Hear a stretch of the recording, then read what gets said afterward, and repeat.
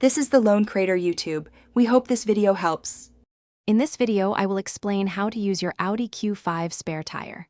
First, ensure your vehicle is parked safely on a level surface, away from traffic. Gather your spare tire, jack, lug wrench, and wheel chocks from the trunk. These essential tools are usually stored beneath the cargo floor, often under a subwoofer. Knowing where everything is before you start saves time and effort. Always prioritize safety when dealing with a flat tire. Before you begin, make sure your Audi Q5 is on a firm, level surface and the parking brake is engaged.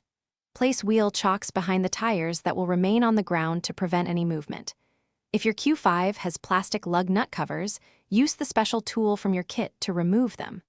Then, use the lug wrench to slightly loosen the lug nuts on the flat tire, turning them counterclockwise. Do not remove them completely yet. Now, position the jack at the designated jacking point nearest the flat tire.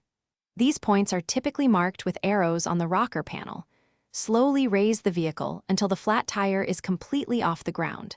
Finish unscrewing the lug nuts and carefully remove the flat tire. Mount the spare tire onto the wheel studs, ensuring it's seated correctly, and then hand tighten the lug nuts. Once the spare is on, lower the vehicle until the tire just touches the ground, then fully tighten the lug nuts in a star pattern.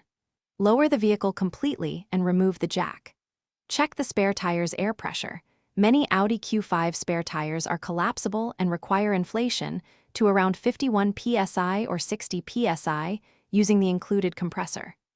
Drive cautiously to the nearest service station, as spare tires often have speed and distance limitations, typically around 50 miles and 50 miles per hour. For those looking to simplify their daily routine, check out the link in the description for amazing leak-proof meal prep containers and other great deals. Staying prepared for anything is always a smart move. Thanks for watching. Consider subscribing if we helped you.